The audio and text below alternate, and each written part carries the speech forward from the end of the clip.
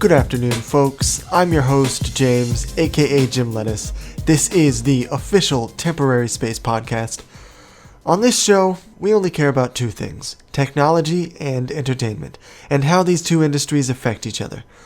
You can download the latest episode of the podcast on our Soundcloud or check out the archive on Mixcloud and our official network channel on YouTube. Just go to temporaryspace.net. That's www.temporaryspace.net. No caps, one word. I designed that website to be easy to remember. Hopefully, it'll work. As usual, I will go over a list of topics based on articles I find on the internet, and I will touch on the industry trends that I see, and I will make predictions based on those trends. Then, after a short break, we will have our first guest, Myles Dunhill. Stay tuned.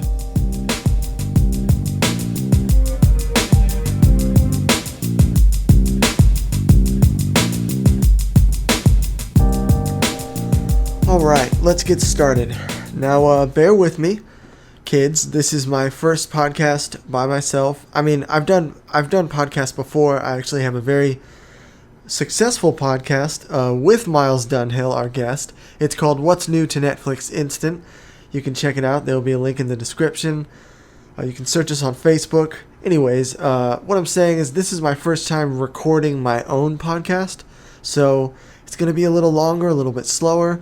But I want it to be known that the end goal of this is to be an hour to an hour and a half, or maybe just 30 minutes. I can't decide. If there's anything I've learned from podcasting and making online content, is that it's best left to organically evolve itself.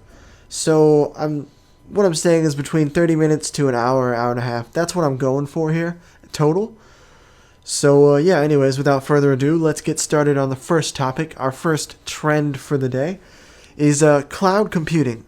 In my opinion, cloud computing is officially taking over. Now, this isn't anything new. Cloud computing has been a thing for the last 5 years. But I'm a millennial. I was born in 1986. Apparently, that's as old as you can be and still be a millennial. I remember how hard it was to store stuff. I remember floppy disks. When I was a little kid, disks were actually floppy and they held like 5 megabytes. It was awful. Now we have cloud computing, and basically, if you're an idiot and you don't know what cloud computing is, it's a hard drive in the sky, right? And it's become a service now. You can have your own cloud. I know, what is it? Microsoft, you can get your own cloud if you want. It's not really financially practical at this point. You're better off paying for a service. There's so many. Google Drive is what I'm talking about today. There's what else? Dropbox is a very good service. I'm actually fixing to pay for that soon.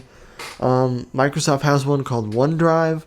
They're all basically the same service. It just depends on which brand you like better. Google Drive is the subject of this article, though. It's Evernote adds Google Drive integration. I don't really know what Evernote is. I'm going to take a wild guess. It's some kind of a Word document, PowerPoint creation kind of thing. Yeah, that's what it looks like. Anyways, they're adding official integration. And so I've noticed this trend is that cloud computing is taking over because big name brands like Evernote, even though I don't know what it is, I've heard of it, they're integrating it. And when things become integrated, they become standard. And that is always good for consumers. Now, this can backfire with companies like Apple, where instead of integration, they take it to the nth degree. And that's when you get this walled garden thing where, like with Apple, it's like, all right, you're going to use iTunes for music on our device, period, end of story, no third party. Then the other end of that is Android, where you can use anything you want. But in the interest of this podcast, we'll talk about standardization, and that's what's making this work. It's standardizing Google Drive into this known brand, and more people are going to use Google Drive. Furthermore, I think Google Drive, they're doing it right. They're making it free. Now, it's not completely free. Nothing is free, ladies and gentlemen, kids. When you get something for free, they're usually paying for it especially nowadays, by harvesting your data. That's why Facebook is free. It's free because there's algorithms counting every time you like something, every time you talk shit about something, and there's definitely an Orwellian negativity to that. But I'm not going to go into that. But it is free for the first 15 gigabytes. You get it free with a Gmail account. These days, who does not have a Gmail account? That itself is free as well. I would buy the Google Drive. You can pay something per month to get a terabyte. I would pay for that, but sorry, Dropbox is cheaper. I prefer Google, but Dropbox is just cheaper. You can pay annually. It's like, $200 for a year, and you get a terabyte, something like that. As a content creator, that is super cheap. If you're just a regular person, I don't know if you would pay for it. You might only need the 15 gigabytes that Google gives you. Anything else, you shouldn't store pictures and video, though. That should still be on your own hard drive, just because that takes up so much space. So I guess what I'm saying is that cloud computing is the most useful with documents and maybe a little bit of audio, just because it doesn't take up much space. I use Google Drive basically for my business, the Temporary Space Network. So I recommend it. I think that's all for this trend, cloud computing. Let's move on to the next topic. Virtual reality is growing whether we are ready or not. I'm leaning a bit more towards the not ready, because it's not financially ready, in my opinion. VR, it's coming out. That if you've heard about Oculus Rift, they have completely fucked themselves. The release is awful. People are hacking it. They just didn't do it very well. And I think it's hurting VR. It's hurting the reputation of VR. As a millennial that I mentioned earlier, I was born in the 80s, okay, but I grew up in the 90s. I don't really remember the 80s. I remember a few commercials here and there, but I came of age in the 90s, and VR was the thing in the 90s. They had, if you go watch old 90s movies, there's people doing VR, movies like Lawnmower Man, and I believe VR will be that awesome. It's almost there, but it's not there yet. I think it's going to be another year or two before it's an actually financially profitable kind of thing. As I mentioned earlier, the Oculus Rift, they screwed up. The HTC Vive, they're doing it the best, but it's a high-end thing. Only enthusiasts and rich people are going to do it. The masses are not going to adopt it. However, the savior of VR, maybe, is the PlayStation VR. And the reason I think they're going to do the best is because Sony has decades of experience with consumer electronics and just releasing them and doing them right and making them comfortable. That being said, the PlayStation VR is the weakest out of all of them. That's going to hurt it a little bit. We'll just have to see. I think it's coming out in November. Anyways, I digress. The article I'm doing here is some game company that I've never heard of called Star VR is partnering with Acer. Now, this is kind of like the topic earlier. This is integration branding. This is a good move for Star VR. It's a good move for Acer. They're basically creating their own headset, which is good. It's another competitor. As I mentioned earlier, there's only about 3. There's Oculus Rift, which is owned by PlayStation. No, hold on. That's wrong. Oculus Rift is owned by Facebook. Sony VR, obviously that's PlayStation. And HTC Vive is owned by Valve. Valve is the company that makes Steam. You've probably heard of Steam. Steam is the forerunner for digital distribution of video games. It's not really the best one anymore. It's kind of like McDonald's. It was the first one, the most prominent one. Now there's other ones that are a little better. However, it's still so mainstream, people like me use it anyways. Oh yeah, not to mention HoloLens, which is Microsoft. HoloLens is not virtual reality, it's augmented reality, or AR. The only difference is AR, it kind of overlays it onto what you're looking at. You're looking through glass, and it puts stuff on it, like when you see a title over something, or perhaps name tags. But VR has kind of circumvented that by putting cameras on them, so it's basically AR at this point. I think Microsoft's HoloLens will be awesome if it ever comes out. Just like Google Glass, they announced it like 3 years too early. I mean, sure, you want to announce stuff, you want investors, but they hyped it up with these, these real produced and specifically marketed videos, and it hurts it because it builds it up as this thing that it's not there yet. But so I guess we'll have to see what happens when Sony drops. I think that it's kind of hinging on that. I don't know if they completely screw up. VR, as I said, the trend is VR is growing whether we're ready or not. If Sony completely screws up, they're not going to stop making VR. VR is a thing people have been dreaming about for 15, 20 years. Even if it completely goes haywire, they're not going to everyone's not going to go, oh, guess that didn't work out. I guess we'll just stop making VR. No.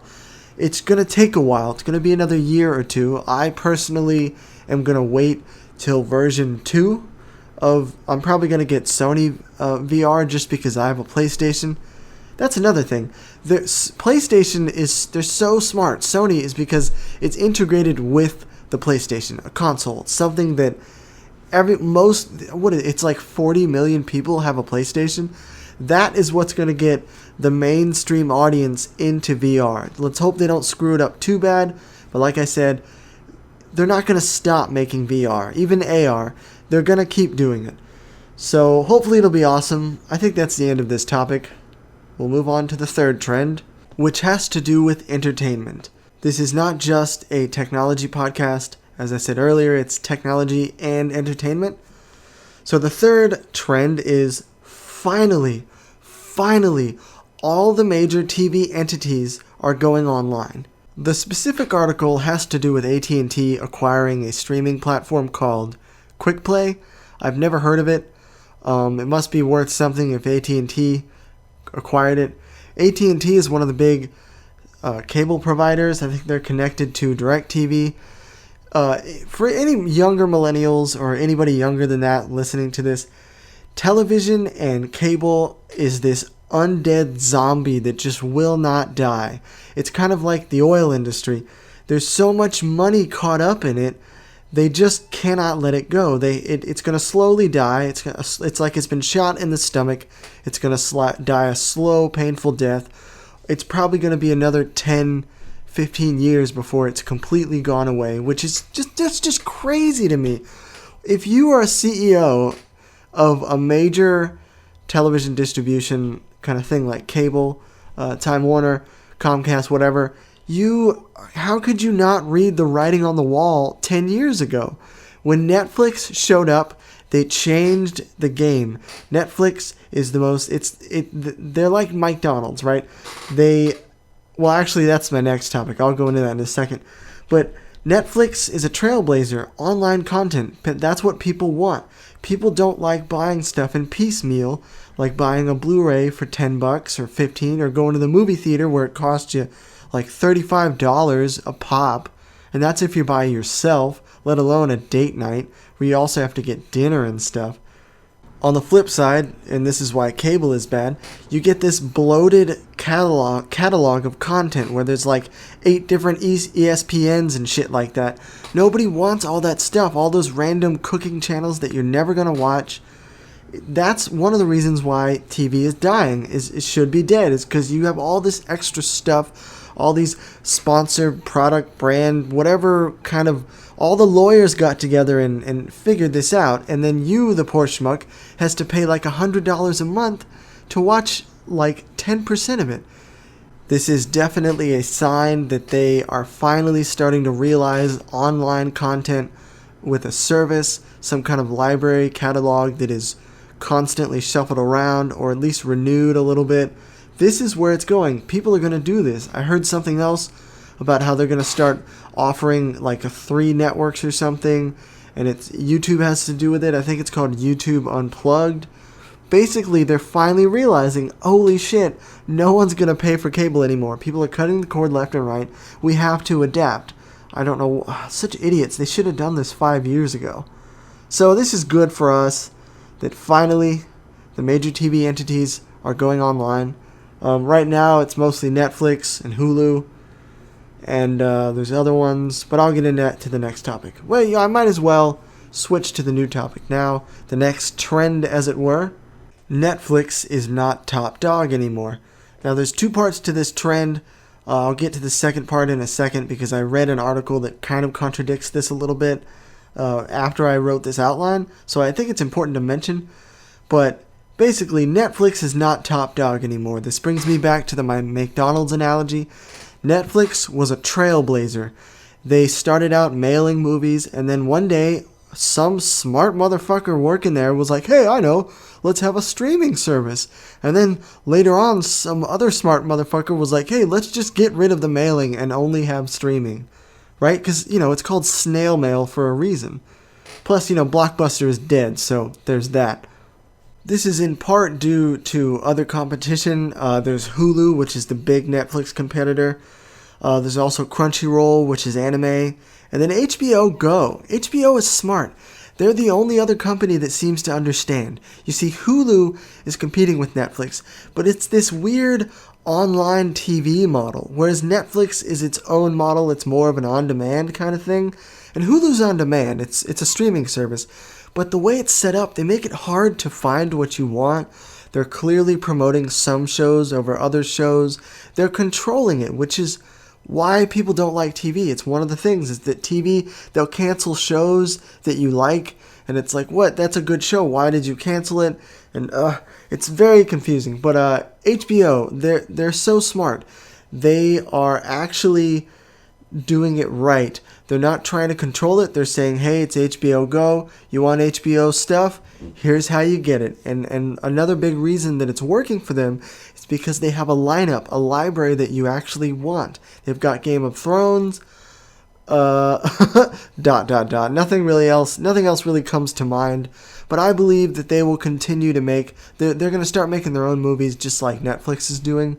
But according to this article from, Business Insider, Netflix's stock has gone down 22% this year? Holy shit, that is a lot. Businesses lose their mind when stock goes down like 0.5%. Now let me explain, if you're not a business person, I'm not really a business person, but I've started and trying to run a business, so I've learned a lot. Business has nothing to do with past success. It doesn't matter how well your business is doing. It doesn't matter how well your business was doing. It matters how much better your business is doing than before.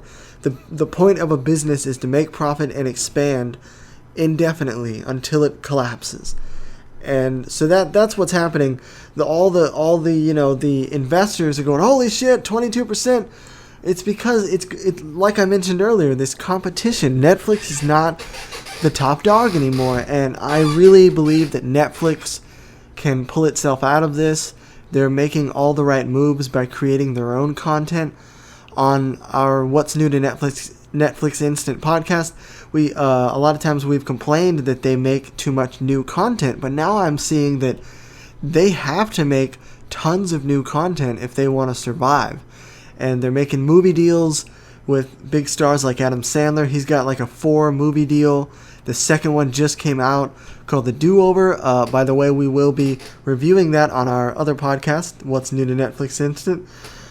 I'm going to say that title like 8 times, by the way, especially because the guest is Myles. Now let's get to part 2 of this trend. It's not really part 2. It's trend number 4A. Netflix is not down for the count. Now let me pull up my little article. I meant to do that before I started recording, but hey, it's my first time. Where is it? Now this is an extremely smart and strategic move. Whoever decided to make this deal, they should get a promotion and a car and all the hookers they want, because this is crazy. Netflix will be the exclusive home for Disney, Marvel, and Lucasfilm movies starting this September. Oh my god, if there's ever an exclusive deal you want as a streaming company, Disney. Because apparently they own Marvel, we already know that. I guess they own Lucasfilm. But that is just crazy, especially because Marvel is just cleaning up in the movies lately. In the last few years, comic book movies are obviously a big thing. DC shot itself in the foot, so DC is MySpace and Marvel is Facebook. They're just doing it so much better. Oh my gosh. But I can't believe Netflix, I can't imagine how much money they paid for this deal. This is so smart. Now, remember, Netflix is a streaming service. They probably do product placement and stuff like that, but they do not do ads. Their money comes from monthly subscriptions. That is the main reason streaming services work, because people pay X amount of money per month.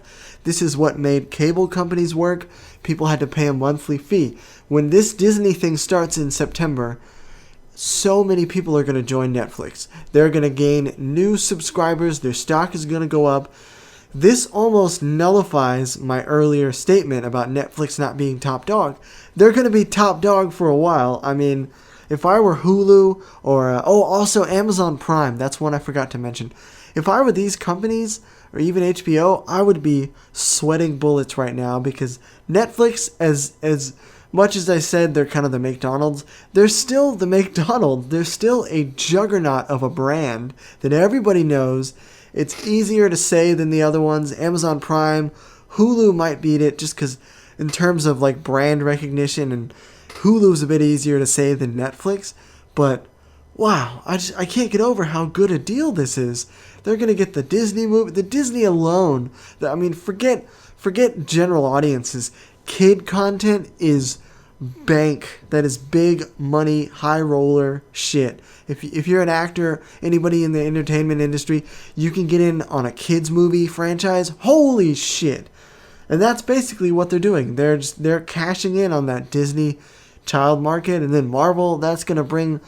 Oh man, this is crazy. And now Lucasfilm, I hope that means Star Wars, because if Netflix gets the first episode 1, quote unquote, A New Hope. No, it's not a new, hold on, that's the old one. What the hell's the new one? The J.J. Abrams one. The Jedi Order? Who knows what it's called. It's called Star Wars, the new one. But if they get Star Wars on this, oh my god, that's so good.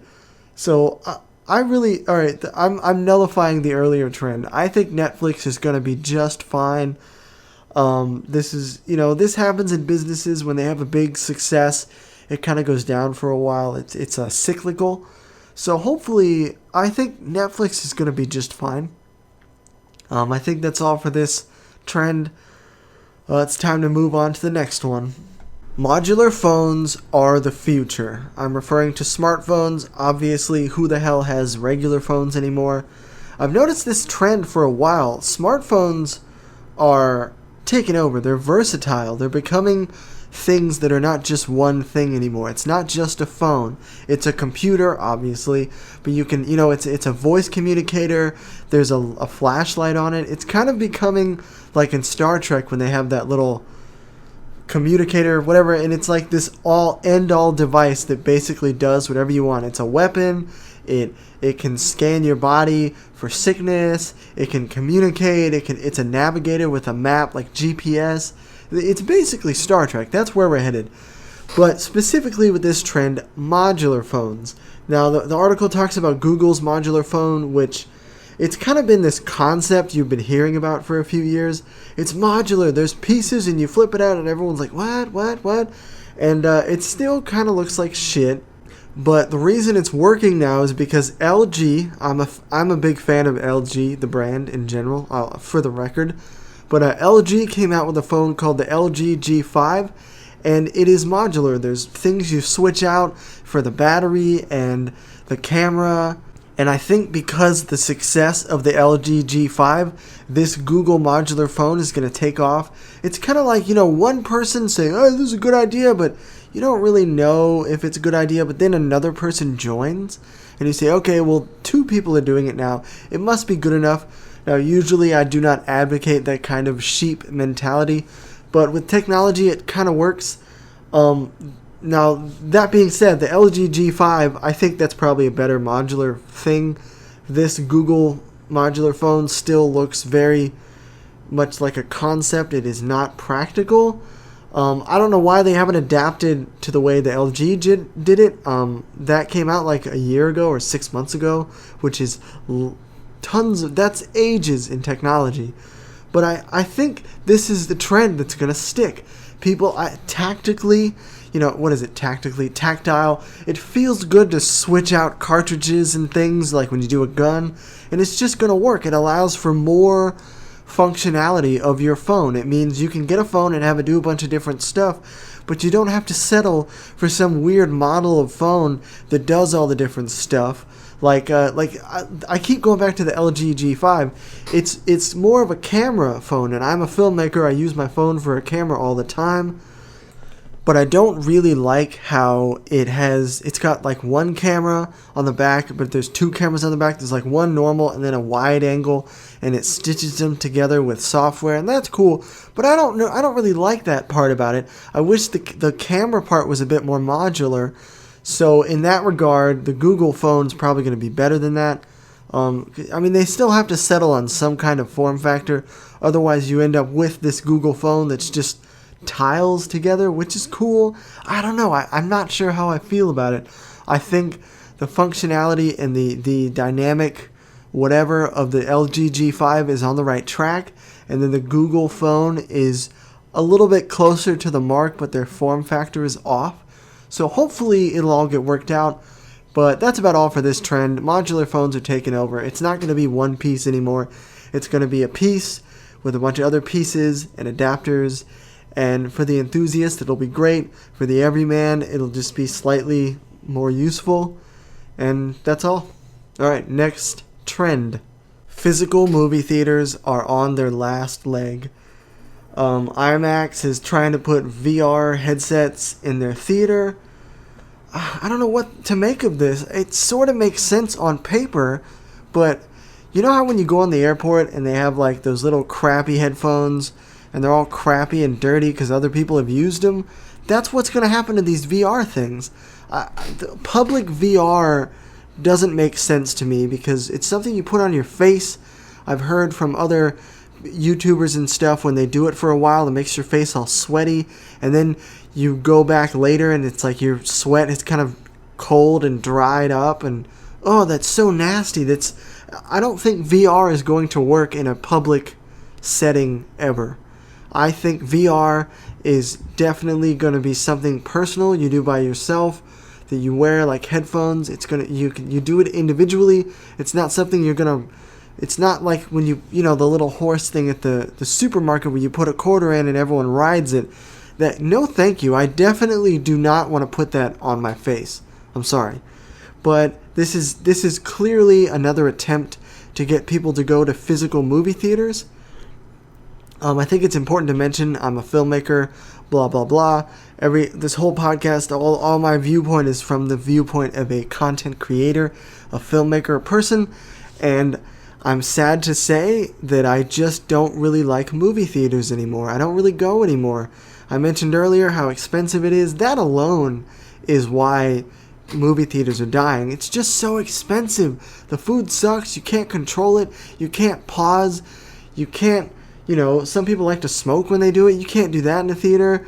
It's so constricting and so expensive. It's outdated. The reason people went to movie theaters was because that was the only way you could see it. It was the only way to see the new movie, the new Tom Cruise, the new Humphrey Bogart, whatever. That was the only way. And then TV came around and, physical media like discs, and that's how you have Blu-ray and stuff. That's another story about whether Blu-ray is relevant, but I just don't think the movie theater experience cannot offer you something better than your home, and it's not about quality. They can get the biggest, craziest screen with the most resolution ever, high frame rate, blah blah. It's about control, not quality. Because I can get a TV that's way better, but the TVs I rock right now, the ones that I watch at home, the highest they go, one of them is 720 and the other one is 1080, and I'll tell you right now, everything I watch is usually in 720 anyways because of the internet in America. That's a whole nother story in and of itself. Our internet is just too slow. Streaming 4K or anything beyond 720 is just not going to happen until these cable companies loosen their death grip on the infrastructure. It's slow. There's a few cities that have fiber. Fiber is where it's at, and then you get into gigabit, which is 10 times faster. I think that's what's going to save it. But in regards to this trend, movie theaters they're just not going to last. I mean, they're going to last. Hipsters and people are still going to go, but I just think it's so much more, you have so much more control and you get more for your money when you do it at home. And that includes VR now. I think VR, it's going to replace the monitor eventually. And it's replacing, just like TVs are. God, it's just, they really need to look at the writing on the wall. And that theaters are going to be around, but it's going to be like the fair. It's going to be an expensive thing that you don't do very often. I don't even go to the theater anymore. I do when my friends want to go to a movie, but then again, we don't really do that much. The only other person I go to movies with is Myles, and he's the guy who does the other podcast with me, who's the guest, by the way. Again, mentioned again. But like, me and him will go see a movie sometimes, but that's it. My regular friends will just watch a movie at my apartment, or I'll go to their apartment. And it's just, it's hard for me to reiterate this again. It's just theaters. Oh, also, there's another thing. The theaters, I heard they were trying, I read some misguided article. They said, well, now, some CEO who clearly has no idea what he's talking about, making decisions from an ivory tower in a boardroom. He said, we're going to allow texting in theaters to get that millennial audience. Okay. If you think texting is why millennials don't go to theaters, like, why would you not go because you can't text? That has nothing to do with it. It's about money. It's about control. I'm not going to go into another rant about it. I'm going to repeat myself. But it's just, movie theaters, they really are on their last leg. They're not going to go away completely. But the main source of entertainment is your home, your smartphone, your VR headset connected to your smartphone. That is the trend I see. That's where it's headed. Anybody that tells you different is wrong, or they have ulterior motives. I don't know if I have anything else on this trend. I was hoping to have a lot more. But, yeah, I guess I'll move on to the next trend. Consoles are turning into PCs. Now, first off, let me describe the differences between a console and a PC. A PC stands for personal computer, in case you're living in a cave. This covers Macs as well. It's basically a computer you use yourself. You don't use it like at a company for your business. It's not some big giant thing. It's something you use for personal use.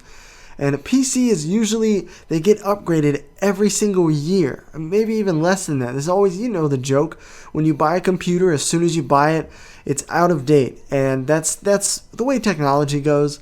There's something to mention about Moore's Law, which is not an actual law. It was a marketing term coined by a guy named Moore, which basically said that things every 2 years, technology gets better and things get smaller and blah, blah, blah. But that has been since debunked because development of computer processors has slowed down to the point where that rule doesn't apply anymore. It's taking them longer than a year or two to improve. But PCs are known for being something that you upgrade on a regular basis. You have to do software updates and hardware updates, and you buy a new model every year or so. And if you're smart, you try to use up the model as long as you can until the next one completely overpowers it, because it's not really it's not financially viable to upgrade to the new model every time. What you need to do is wait till your model is completely obsolete, and then you buy the new one, because the money you get for the new one, the quality for the money, is going to be so much better. It warrants your waiting, and it warrants that period of being out of date. But I digress. So that's what a PC is. It's something that you update regularly. And then let's get to a console. A video game console like Super Nintendo, 64. That's what I grew up playing. Xbox, PlayStation, those are the big ones. Basically, it's Xbox, Sony, and Nintendo. what is it, Xbox, Microsoft. Those are the three main ones, and they tried to do a thing with Steam machines, which was computers, somewhere in the middle. It didn't work. But consoles. Now consoles, the big difference is that consoles, they are upgraded every like 5 to 7 years. And it seemed like this is a huge argument. It's like in Romeo and Juliet, the Capulets and the Montagues. Like these people, the consoles and the PC master race, they will never agree on each other. And I go back and forth. When I didn't have a console for a while, I was all PC master race. But I gotten into a console again, and I understand the value of both. And consoles, the value of a console is ease of use and a smaller price tag. Those two reasons are the only reasons anybody should have a console. Ease of use and a cheaper price tag. As of now, you can get a console, and it's about the rule of thumb is that console is about half the price of a computer for what you're trying to do. And obviously the console is not going to be as good as a PC because it is half the price. I mean, you get what you paid for. But it makes up for it in ease of use. It's plug and play. You don't have to worry about installing drivers. You don't have to worry about... I mean, you have software updates like a computer, but that's just a given.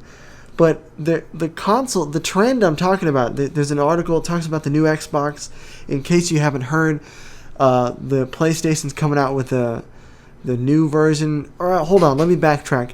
The reason a console is different is because it upgrades to a new model every 5 to 7 years. But recently, Sony announced they're going to have a new one. It's called the PlayStation Neo or something. It's going to be better. And the big wave-making thing here is that they're breaking the cycle. They're not going to wait another few years to have a PlayStation 5. They're going to jump the gun and say, screw it. It's only been about 3-4 years. Or what is it? I think it's only been 3. They said, screw it, we're going to make a new one. And I think they're doing it because it's just the way technology is. It's just 5 to 7 years maybe isn't enough time. They're falling behind. But I don't know. I'm an Aquarius. That means I'm cursed to see both sides of the argument. And I really understand that consoles having a long lifespan is good because it gives developers a long time period to perfect it. That's why when a console starts, you have a bunch of shitty games and nothing is good. But then by the time it's ending, you have really, really good games. It gives them enough time. Now, they do this on PC all the time. You can make a great game and you just upgrade your hardware. But, the economy kind of sucks, especially as a broke millennial. It's hard for me to upgrade my computer. My fancy editing PC, the one that I'm using to record this podcast, it's a good PC, but it is getting out of date at this point, and I cannot afford to upgrade. And so that makes me kind of appreciate a console that they're going to say, all right, it's going to be like this for like 7 years, and by the end of it, you're going to have a really awesome game. The Last of Us on PlayStation is a good example of that. I don't really like the game, never played it, but it's such a critical success, a financial success, technological success. Oh, even Uncharted 4, which is the same studio, it's Naughty Dog. The PlayStation 4 has been out for like 3-4 years, and they have perfected programming for the PlayStation 4. That's why Uncharted 4 is so good. But this new trend with the PlayStation Neo, and then back to the reason I'm talking about it is this article says Microsoft announced the new Xbox, and it's going to be more powerful. It's going to be more powerful than the PlayStation Neo is to the PlayStation 4. Basically, they're competing, which is good for us. But important to mention, though, is they're going to have a more powerful one, given competition, blah, blah. But they're also going to have a Slim. And the Slim is something that they've done in consoles before. PlayStation did it. They would have the model, and then they would have a quote-unquote slim version, which isn't really any more powerful, but it's a smaller form factor. And it just, it takes advantage of physical technology that is better. You can just have it smaller, same power, smaller package. But so that also is a given that Microsoft is going to say, oh, we have a slim one. But they also mentioned that they're going to have like a streaming dedicated one. And that's what makes me think consoles are going to turn into PCs. They're multifaceted. There's going to be one for streaming. There's going to be one that's super enthusiast. And then there's going to be the standard one. And if you didn't hear the console part, that sounds like a computer. There's different models for different purposes. There's fancy high-end computers for editing and stuff like that, and gaming. Then there's your standard model of a computer for your daily driver, which is basically a laptop. And then there's really slim down specialized PCs for things like like a DVR. Like that's basically a computer, right? And so this is the most interesting trend I've noticed. I don't know what it's going to do to the console gaming. Because, listen, if consoles disappeared tomorrow, nobody's going to stop making games. But I don't know if it's good. I think I like, as a former PC Master Race person, I don't know, I'm back and forth. I really like how there's such a long period for them to improve. I like the ease of use. I bought a PlayStation 4 for Christmas. And it was a gift, but I used some of my money. But the point is, I just got one, and I'm not about to get a PlayStation Neo and upgrade whatever. I want to wait another 3 years for the PlayStation 5. I want to see how good can they make these games. That being said, a lot of these consoles, they really are out of date though. I was just playing. I have a gaming channel, so check that out. It's the green one. But the games they have, they're not able to keep up. There's frame rate issues, and it's just like it cannot handle the game that just came out. So I think that's a good reason to upgrade for the company, like to have a new PlayStation Neo or whatever. But I don't know. I think they are turning into PCs, and I think that it is a bad thing for the console market. So yeah, that's the last trend. Now we're going to take a short break, and when we come back, we'll have our first guest, Myles Dunhill. It's not the first guest, as if there's some other guest. He's the first one because it's the first episode, but there's not two guests. There's just one guest per episode. And yeah, that's all.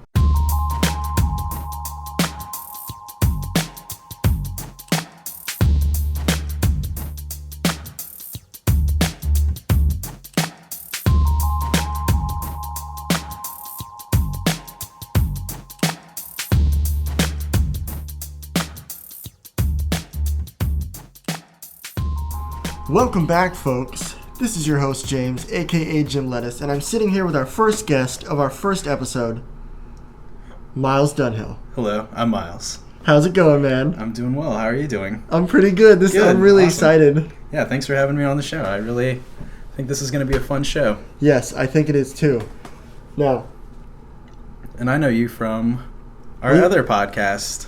Yeah, well, we actually met in college, right? Yes, we did.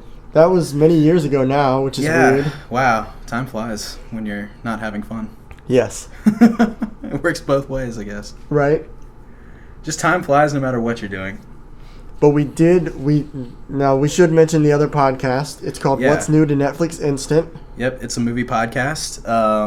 As mentioned, Netflix. We review movies that come out on Netflix each month. And we also talk about new titles that are coming to Netflix. Yeah, we kind of go over them, and then we do each one. I got to hand it to you. The structure was quite good. Yeah, thanks. I kind of studied my movie podcasts and ripped them off and then went off that. Mm-hmm. Hold on 1 second. Sure. We're freeballing it, so... It's freeballing. Oh, the AC. Yeah. All right. We went through a big talk about should we turn off the AC, and I forgot. Yeah. So we're just going to do it. Anyways, continue. Yeah, so that's our podcast. We do it monthly. We did a commentary episode for our year anniversary show, where we watched Scooby-Doo 2. Monsters That was Unleashed. awesome. Yeah, and I think that was a really good move. It went really well. I was worried that it would skip or something, but there was no hiccups. Yeah, it was pretty great. I think one of my friends said he listened to some of it and said that even without watching the movie, it was really entertaining. Awesome. So that's good feedback. And we got a new follower today on Tumblr, so... Fuck yeah. That's always good to wake up to. hopefully we'll get some more emails. We got our first email last time, which was really unexpected, but I mean, we always put that out there for people to recommend movies. Yes, and we'll say all the links and emails at the end. Okay. Now, I have some questions. Yep. First off, you're a musician, right? That's correct. You're kind of a musician first, filmmaker second. Yeah, I guess so. I mean, I don't really put rankings on them. I like doing a lot of things. Because we are trying to make some kind of movie. We won't say the title, but... Oh, yeah. Yeah, no, that's still definitely... Yes. It's in the works. It's coming. It's in the works. I had someone ask me about it earlier today. Really? He sent me a message. He's like, I got some production questions for you, but I guess you're busy making your movie. And I was like, close. I'm almost there. We'll get there. It's going to be cool. It's going to be awesome. That's all I can say. Yeah. All right, so on this show, we care about two things, technology and entertainment. Okay. So I think music is part of that. So Definitely. I want to talk about SoundCloud. Oh, yeah. When you explained what C-Punk was, that blew my mind. Well, actually, I learned something about C-Punk. Oh, yeah? Yeah, I totally forgot what it was, though. C-Punk was actually a play on the word cyberpunk. Oh. C-Punk. And then these dudes took that word and made it C, like S-E-A, and had it all nautical themed and shit. But it was really just like kind of music that you would hear like in a hacker movie.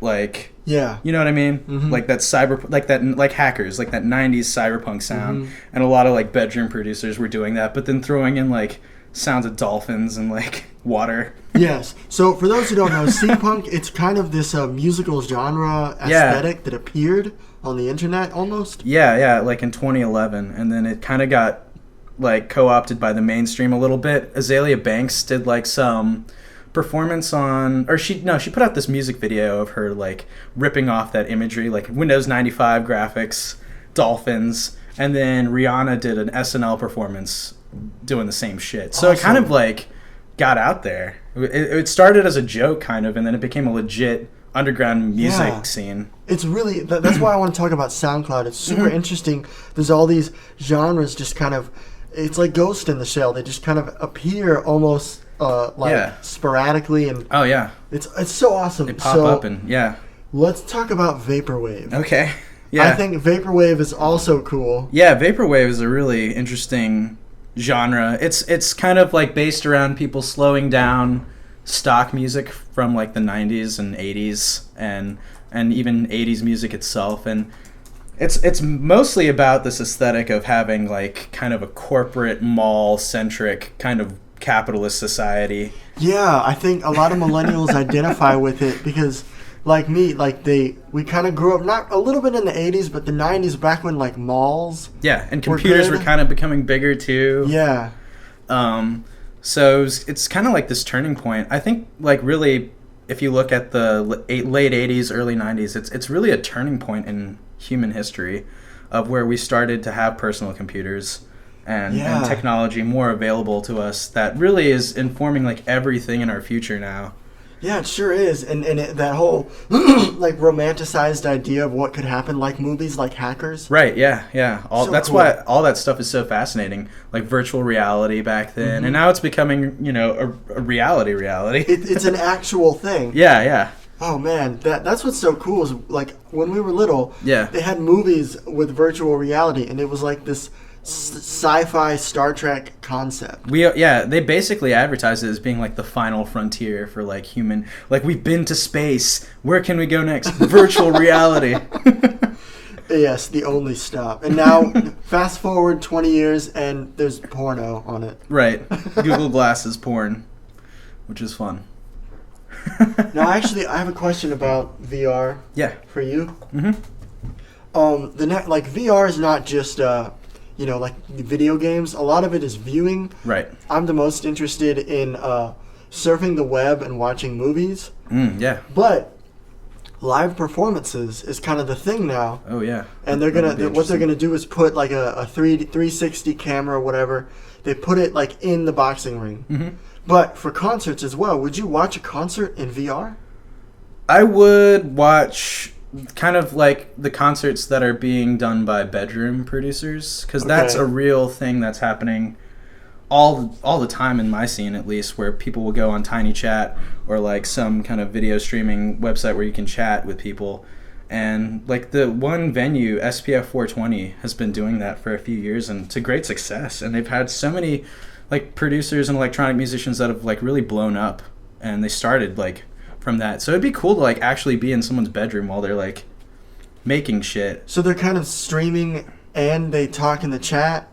Yeah, at the same, like, that's something that they can do. Some people don't, but everyone viewing it is allowed to talk in the chat, and and it's just like another way to experience something, you know. That's super cool. It's super interactive. Yeah, everyone, like the host is always like, type 420, guys, like if you like what you're hearing or whatever. And awesome. Yeah, and they'll show videos too, like visuals and stuff, like from YouTube, like just random shit, like YouTube poop kind of stuff. Yeah, pretty much just anything that's like could serve like a visual backdrop. So I think that would be cool to like bring that into.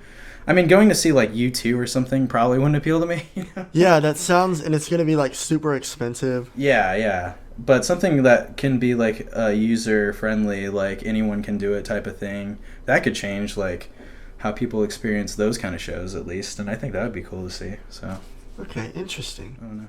Now, speaking of YouTube poop and Vaporwave, I recently discovered something called Simpson Wave. Oh yeah, I don't think I've heard of that, but I can only guess what it is. It's Vaporwave, but like with a Simpson flavor, and it really of course, some guy on YouTube made a video about it. That's how I know. Okay, cool. And he explained it that it does everything Vaporwave does, but it's all centered around The Simpsons and this idea of like this childhood that we think we wanted or thought we really had, but we didn't really have it. Right. But we kind of lived it in shows like The Simpsons and Boy Meets World. Yeah.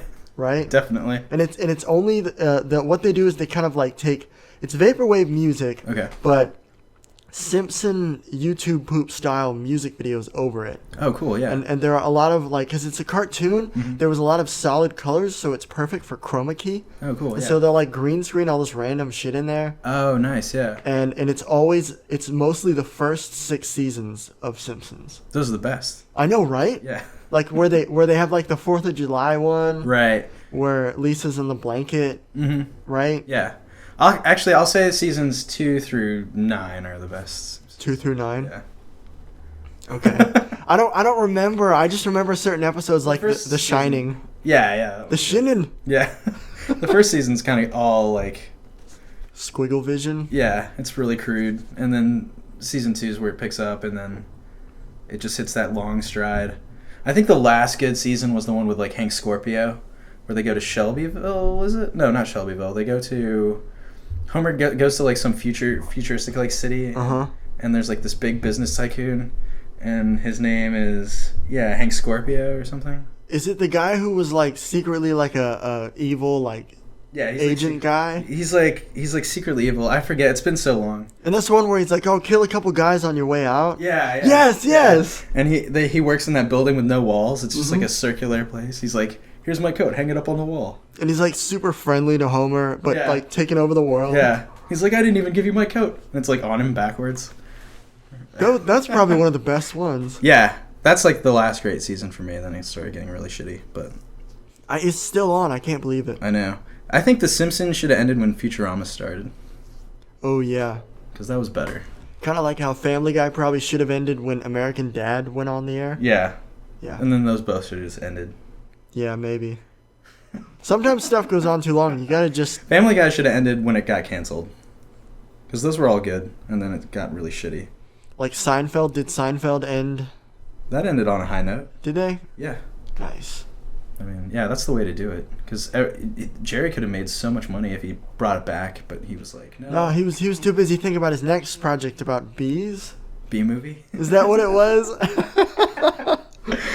There's like actually a shirt of the entire script of Bee Movie, really tiny, that you can wear. It's like literally the whole script. Awesome. Like the dumbest thing I've ever seen. And there was like this trend on Twitter to say, like that hashtag, like things I yell when I come, and someone put like the fucking Bee Movie script. God, it was just so like awful 90s, and it showed his like Seinfeld's like an old school comedian where they kind of zing zing, but you know, like they don't really do that anymore. Some comedians do, and it's cool. But like that movie, they had this awful promo commercial where he's like in a bee suit and he's on a set being like, "Hey, do you guys know how to animate? Come on!" Man, yeah. It was just cringy. Yeah, well, you know, I still like Seinfeld's stand-up though. It's still pretty great. I have a CD of like some of his greatest bits, and I swear to God, I can still put that on with my friends and laugh. But would you watch his new show where he's like in a car? Comedians with getting coffee. Is that what it is? Cars. I've seen parts of it. It's okay. It's not bad.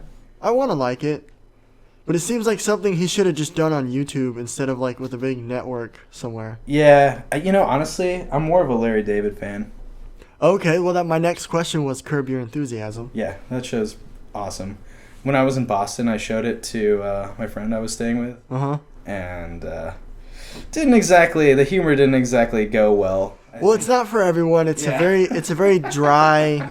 It's kind of like The Office. Yeah. Well, yeah, that's the thing. It's like I thought, you know, if you like The Office, you'll like this, but it's like a little too cringy for people, I think, sometimes.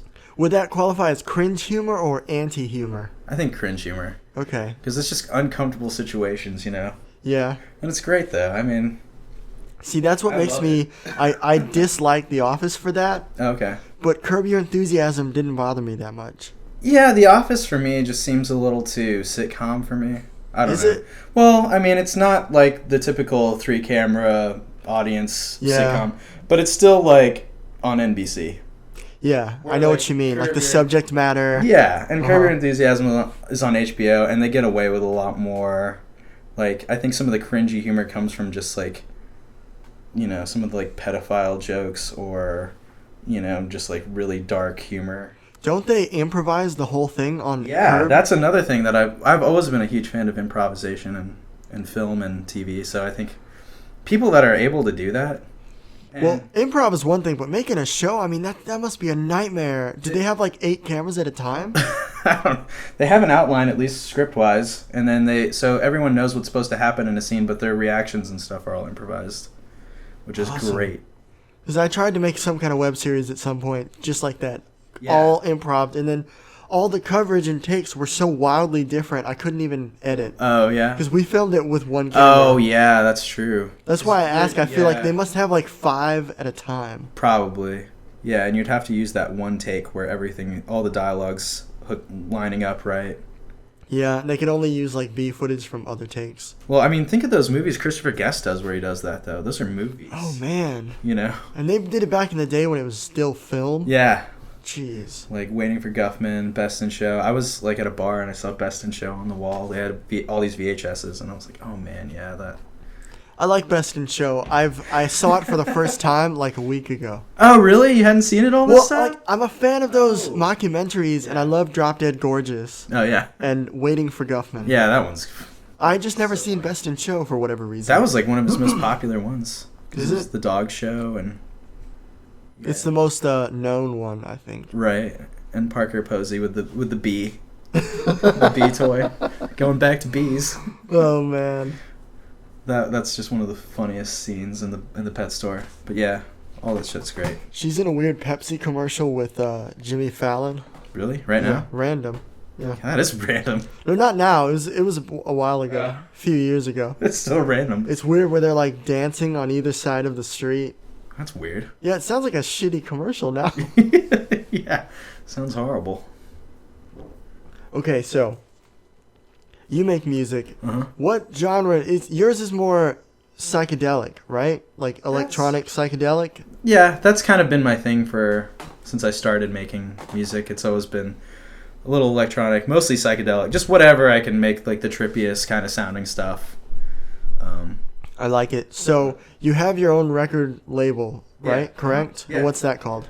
It's Slyme or Slyme Records. You can pronounce it either way, but it's really it's spelled like it's an anagram of my name, my first name Myles. So Slyme, and yeah, I started that in 2009 just to put out my first EP, and it's really funny because I did have it, you know, as a web label too, and someone hit me up like 2 years ago and was like, oh man, like I know Slyme Records, like you guys are like OG, like a web label. And I was like, wow, I didn't really think of it like that, Like A web label versus a regular record label? yeah, or? I mean, I put out CDs too. Yeah. But it was like one of the few, I guess, that utilized Bandcamp to sell digital music, which is like all the fucking rage. I love Bandcamp. Oh yeah, It's so cool. actually the best thing about Bandcamp is it doesn't screw over people like SoundCloud does, which is actually my other label. I guess to jump ahead, but I have Pedicure Records as another label, and SoundCloud just recently said that they're going to start taking down mixes people make. If Really? without even monitoring the content or anything, they're just going to start removing all the mixes, which totally defeats the purpose of that site.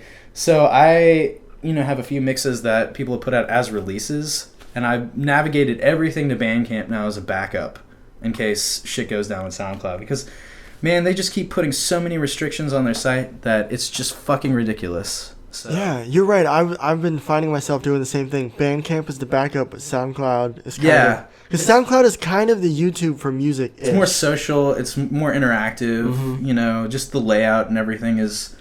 Bandcamp is so, like, stationary and isolated in a certain way. I mean, you can search by tags and stuff, but it won't give you recommended tracks or anything. It's more something you need, like, a link to get to the right place. Right, yeah. So, that's kind of shitty that SoundCloud's doing that, but... just waiting for a new platform, really.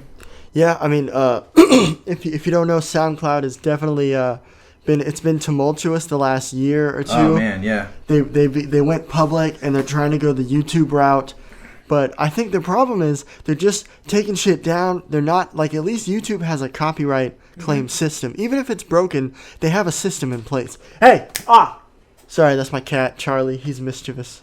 That's cool. But continue. Yeah, so, like, the problem also is they use bots to just scan for artist names and shit. And even to the point where people that own the content are getting flagged for copyright for their own music because no one is fucking, like, double-checking what's going on. Because they just have, like, algorithms. Yeah, because they're just searching algorithms or whatnot, and it's just, like, the laziest, stupid thing. It's like if you had a robot policeman just pulling everyone over for... God, this is what's going to happen to our society when robots take over. Yeah, this is a good indication of where our society is going to go. It's going to be like when your screen freezes, but they have guns. Yeah. Oh, God. You'll only just lose your life or your head. So, yeah, it's just getting worse and worse. But, Bandcamp still going strong. Whoever comes up with the next platform that's like SoundCloud, without all this bullshit, I swear to God, they're going to be raking in the money. Yeah, dude, everyone, me too, we're waiting for the next audio SoundCloud kind of thing. Yeah. Because SoundCloud they're fucking up, really. Oh, yeah, they're fucking up big time. So you think, one of my questions is the future of SoundCloud. Do you think SoundCloud is doomed? There's no future for SoundCloud. That's a quote, there's no future. If they keep doing what they're doing, man. I mean, taking off mixes, I just heard about that like a week or two ago. Like, what's next? Man. Basically, everyone's going to have to pay to even be on it, I'm sure. That's going to kill all your free users. It's just going to kill everything. Yeah, and people like me, I don't want to pay. I'm still using the free one. Yeah, it's just becoming so... all the restrictions are becoming too much. Even when you listen to a track for 30 seconds and then they throw an ad at you, it's like, come on, Yeah, ads are tricky. It's such a slippery slope. Yeah. It's just, it was supposed to be something for the users. I mean, they're like, well, we have Mixcloud, which is what, me and James use for What's New to Netflix Instant. But, it's not the same, because some people just want to put up a track, And so you say at this moment, SoundCloud is a little bit better for that? Yeah. SoundCloud's still good for what it is. It's more known. Mixcloud, I didn't even know about Mixcloud till our podcast. Yeah. I mean, Mixcloud's definitely for more podcasts and stuff like that. That's where this is going to go. Nice. Yeah, that's good. But SoundCloud is just a good idea gone wrong, I guess. They're just, yeah. Well, they got to pay the bills. All those servers cost money, but, They're making enough. They're just getting greedy. They already have ads, don't they? Yeah. They have everything they need already. I don't know what they're trying to do. Heads up their asses. Seriously. It's like they don't even realize, why people are using their website anymore. It's like it just boggles my mind. It's like do you know why people use this? Like, There are probably a bunch of people like in a boardroom deciding it. You know, people that are not on the ground level. yeah, I mean, some of my friends have had their entire accounts deleted. You know? Fuck. Yeah. That happens on YouTube. Yeah, without warning either. Like literally, my one friend was just like, "Oh yeah, I just logged in and it was gone." God, see, that's why you need at least some system that says, "Hey, we're gonna delete it if you don't." And that's why my friends kept saying, "Hey, you should have backup for your label since it's getting kind of big, on its level." So, yeah, I definitely had to do that. A lot of people use Dropbox too. Like they don't even use. There's an option you can download tracks right off of SoundCloud, but a lot of people just have a Dropbox link. So they'll just do a Dropbox link for. There's ways around. Their Yeah, fans? yeah. Like one of my friends does like Nightcore. That's another scene that I'm part of, which is essentially just speeding up pop music. There's a big YouTube fan base for Nightcore. I like Nightcore as well. It's very anime kind of sounding, if that makes sense. But a lot of people want to give credit to the original, but they can't because bots will flag their shit. So they just do it in like Unicode or like use like numbers and stuff in place of letters. There's ways to work around it. That reminds me of remember Napster? Yeah. When like right after Napster got taken down, you could still download like Sum 41 songs. Yeah. But you had to spell it wrong. Oh, really? This reminds me of that. Yeah. It's kind of like that. It's just like everyone's trying to find. I mean, I stopped giving credit completely because I just didn't want to risk it. Oh, so the bot looks at like your description credits? Mm-hmm. Yeah. Oh man, talk about backfire. Yeah. So a big question, like people will be like, well, why don't you give credit? And it's like, it's not because we're trying to screw anyone over. It's because SoundCloud's fucking fascist regime. It's the man holding us back. It's a bunch of robots shooting us in the ass. So that's why we do that. Well, speaking of the system, I think this is a good time to talk about it. Have you heard about H3H3 Productions? No. They're a popular YouTuber group. They make funny stuff. Okay. They recently they did they do reaction videos as well, and they did one about this guy named the Bold Guy, and he does like parkour, but comedy. It's really cringy. Comedy parkour. Yeah, it's good but cringy. And they did like a react video, and then that guy sued them. Oh, really? Yeah. Oh, God. This is like a big deal in the industry, or the YouTube quote unquote industry. Right. Because he sent him a letter with his lawyer saying, basically, give me $4,000 and take down your video, and and they said no, because if they agreed, that sets a legal precedence. Anytime you do a react video, because YouTube and SoundCloud, they're very a lot of it is they'll take other media and incorporate it into their media, which I think is like what makes it good. Yes, thank you. Mm-hmm. So it's a big deal. They have like a big crowdfund for their lawyers, and they're going to court, and it's going to be a big deal. Jesus. Yeah. That sucks. Yeah. Does it even have footage of his video in the reaction video? It does. Oh, okay. That might be a problem. And like YouTube, we understand it's a react video, but it's going to go to court with a jury. God. So I don't know. What an asshole. I know, right? Excuse me. So whenever we find out what happens, it's gonna... Maybe he'll have a parkour accident before the trial. Ooh, I hope not. Sorry. Getting a little too dark there. He's real douchey, though, the Bold Guy. Yeah. Always gonna sue us. When you said that, I just imagined some guy jumping buildings like with pies in his hand. Like juggling. What? Because he said he's comedy parkour. Well, it's like weird, like scripted skits. Okay. There's one where like... I don't even know. It's so weird. It's just weird. It's cringy. Yeah, that sucks, man. I mean, there's just... it's funny for me, because I've made music that I've heard other people sample and not give credit to me. And I'm totally, like... I'm flattered, though. Yeah. Because it's like, well... Because, the thing is, I probably... Whatever they use, I probably sampled, maybe. You know? And it's like... who can claim ownership for anything, really? Like, it's like if someone plays, like, a specific chord on the guitar, like an E chord, no one has a copyright to that. Yeah. And can you imagine if somebody did, and you'd have to pay, like, a certain amount of money for playing a chord on your guitar? That's crazy. Like, that's where we're going, though, I feel like, with all these conversations and stuff about copyright and ownership. Yeah. Like, what really belongs to anybody, really? I mean... It's very tricky. It's you get they're splitting hairs. Like Luc Besson got sued for copyright of some movie he made, and they won. Oh wow! And it's hard to prove that kind of stuff. Yeah, it's just too tricky. I just don't think it gets too like metaphysical, if that makes any sense. Where it's just too abstract to even kind of.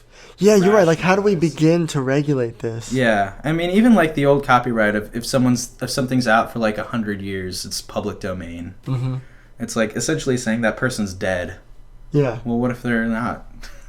Right. But what if they're like 120? These days, I believe it.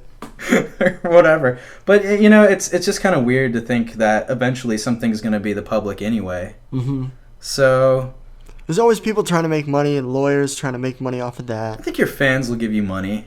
Yeah. If they really want to support you. There's other ways to make... You can sell shirts. I don't know. Yeah, that's a thing. You can sell merchandising. Vinyl or whatever. Yeah, I think a lot of people make more... I've made more money just selling collectible shit that has my music on it, like VHS tapes and floppy disks and... I like that. You would take the VHS tape and record over it your videos and music, right? Yeah, I made handmade...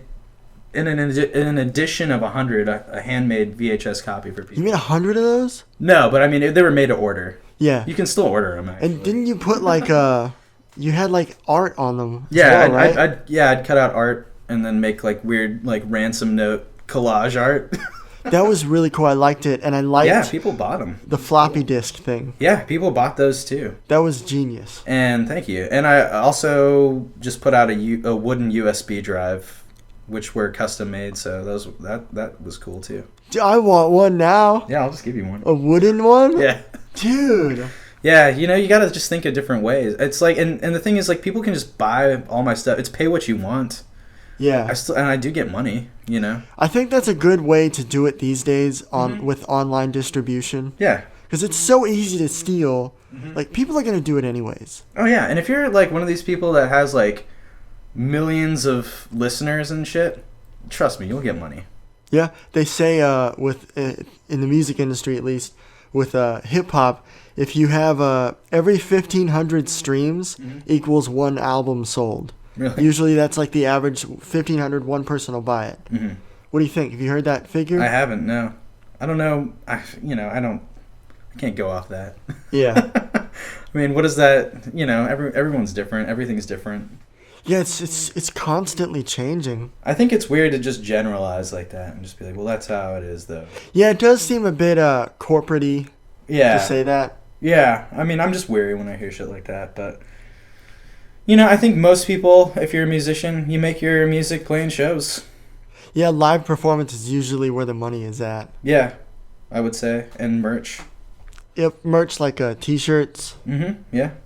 And vinyl's still, a pretty popular thing for, kids for some reason. No, just kidding. Well, I mean, I'm usually like a resolution whore. Like, I want it to be 1080. Yeah, I have vinyl too, so...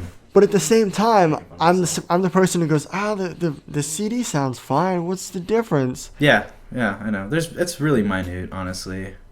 The conversation of perfect sound quality is just as meaningless as copyright, in my opinion, because you can listen to so many things in different ways. It's like, yeah, there's a lot of moving parts. Like, you could have, like, it depends on your headphones and what your internet is. It depends on your ears. If you damaged your ears, then who are you to say what sounds better or not? And all these audio files and shit, it's like, just shut up, like I think every format has a purpose. Mm-hmm. And there's no, like, better or worse. It just depends on what you're going for. Like, there's so much music out there. Like, I really like how they still have a vinyl day. Is that right? Record store day? Record store day? Mm-hmm. That's cool. It's cool. I hate to be like a cynic, but it's kind of become one of those things where record labels are now utilizing that to push a lot of stuff and a lot of shit that I don't think people need even. Like, well, they'll have stuff that's like you can only buy it on record store day. That's just kind of shitty to me. Mm-hmm. Because all you're doing is having these people come in, buy like 50 copies of it, and flipping it on eBay for 3 times as much, like 2 months later. Oh, of course they sell it on eBay. Yeah.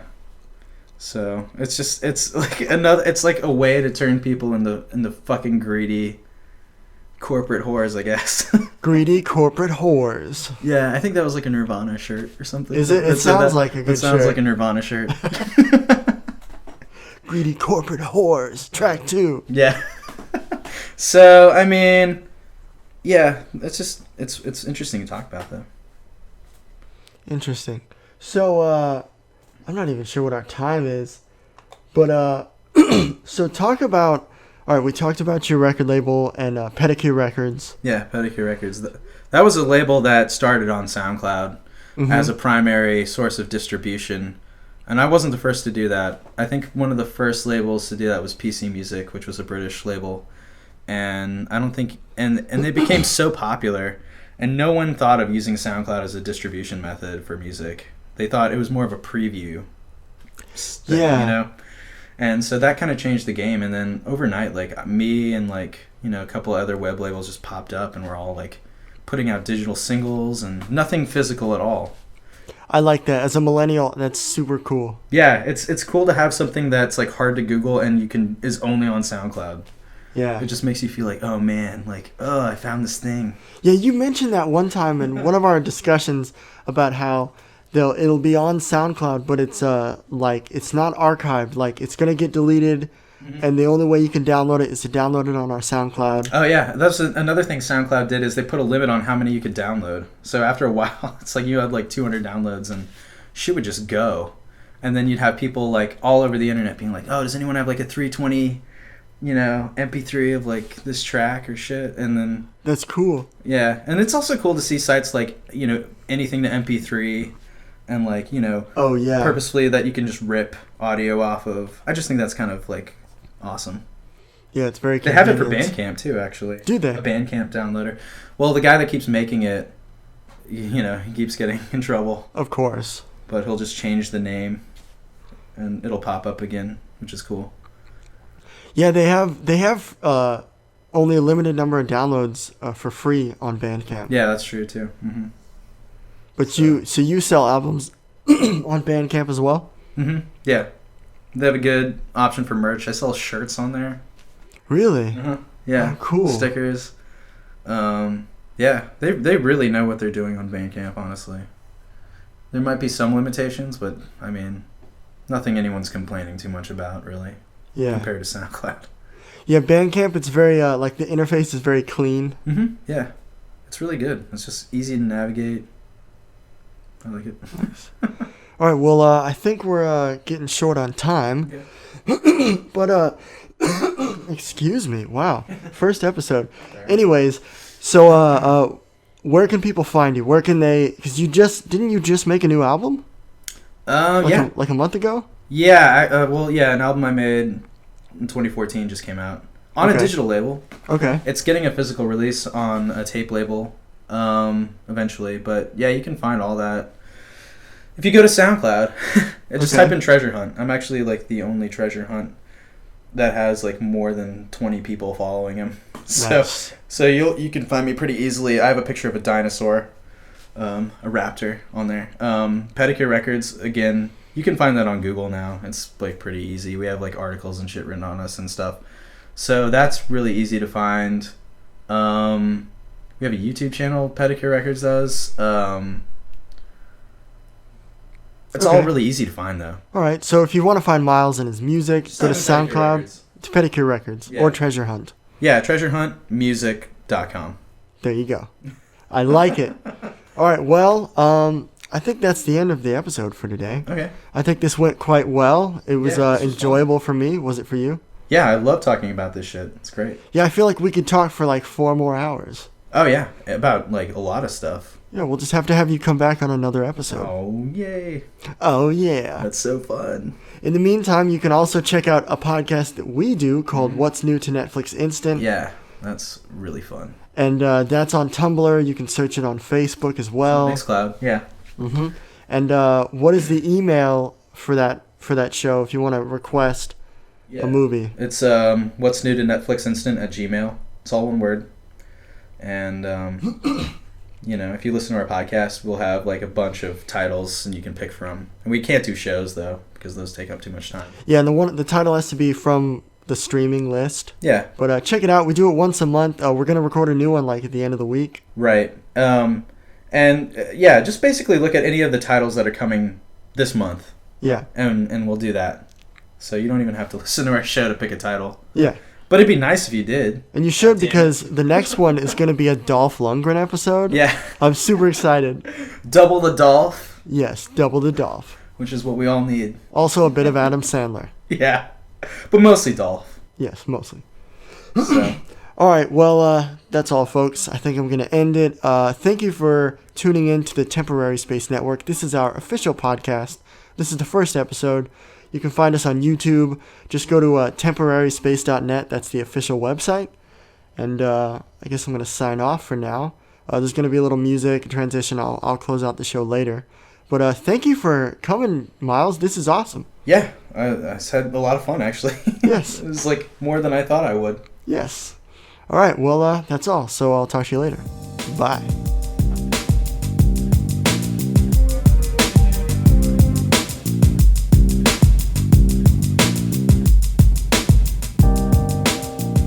Alright folks, it's about the end of the line. I want to thank Myles Dunhill for being an exceptional first guest on our exceptional first episode.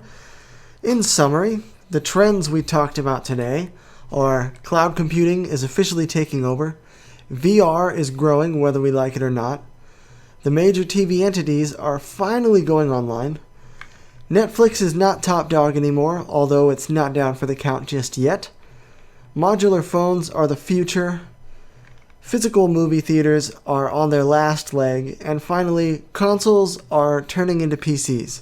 As usual, my links are in the description. If you'd like more information about us, about this network, just go to the website temporaryspace.net. I'd like to thank you for tuning in to the Temporary Space Network. Subscribe if you like information. That's all, folks.